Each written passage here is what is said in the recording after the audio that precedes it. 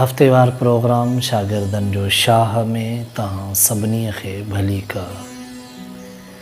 शागिर्द साथियो, दोस्ती रूह जो रिश्तो आहे।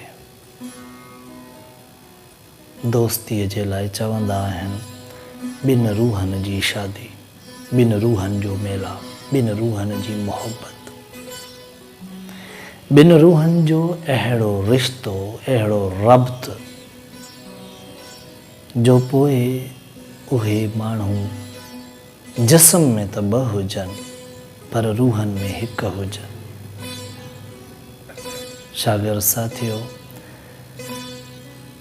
दुनिया में ॿिनि तरहनि जा रिश्ता आहिनि, हिकु रूह जा, ॿिया रत जा। रत जा जेके असांजा ख़ानदानी आहिनि ऐं रूह जा जिन में दोस्ती वॾी अहमियत रखे थी। शागिर्द साथियो, दोस्ती अहिड़ो रिश्तो आहे जेको रत जे रिश्तनि जे लाइ बि लाज़मी आहे।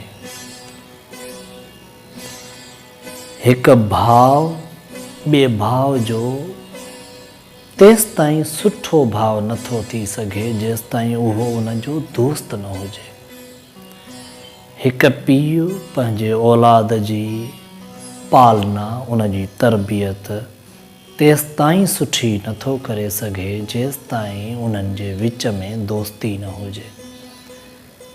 भाउ भाउ जे विच में, माउ धीअ जे विच में, पीउ पुट जे विच में दोस्तीअ जो हुजणु तमामु ज़रूरी आहे। दोस्ती रत जे रिश्तनि खे मज़बूत बणाए थी।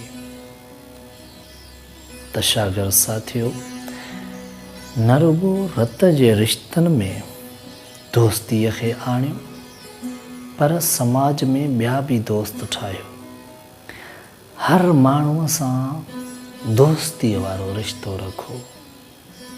दोस्ती पंहिंजे समाज खे हिकु मिसाली समाज में बदिलाए सघे थी।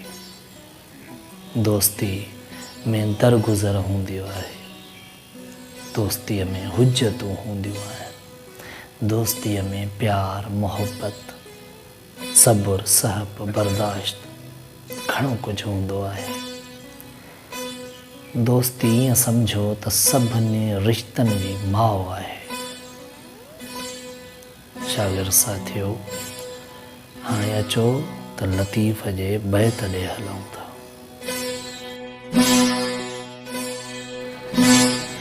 अखियुनि में थी वेह त वारे छपर ढकियां, तोखे ॾिसे मॾे आऊं मपसां की वियो।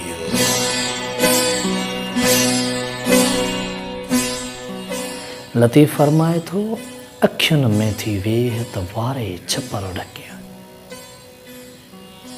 पंहिंजे दोस्त खे, पंहिंजे महबूब खे हुनजो चाहींदड़, हुनजो दोस्त चवे थो, मुंहिंजे अखियुनि में थी वेह त वारे छपर ढकियां। त आऊं पंहिंजा छपर, पंहिंजूं पिंबड़ियूं बंदि करे छॾियां। तोखे ॾिसे मॾे, तूं मुंहिंजे अखियुनि जे अंदरि थी वञी ऐं पंहिंजूं पिंबड़ियूं बंदि करे छॾियां त पोइ तोखे ॾिसे मॾे, तोखे ॿियो केरु ॾिसंदो कोन, आम पसां की ॿियो, ऐं मूंखे ॿियो कोई नज़र न ईंदो। शागिर्द साथियो, ॾिसो त केॾो ख़ूबसूरत बैत आहे।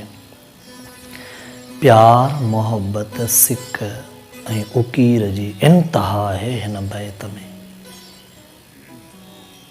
शाल ॿिनि दोस्तनि जे विच में, ॿिनि मोहब्बत कंदड़नि जे विच में अहिड़ी सिक, अहिड़ो चाह, अहिड़ी मोहब्बत, अहिड़ी उकीर सदाईं सलामत रहे।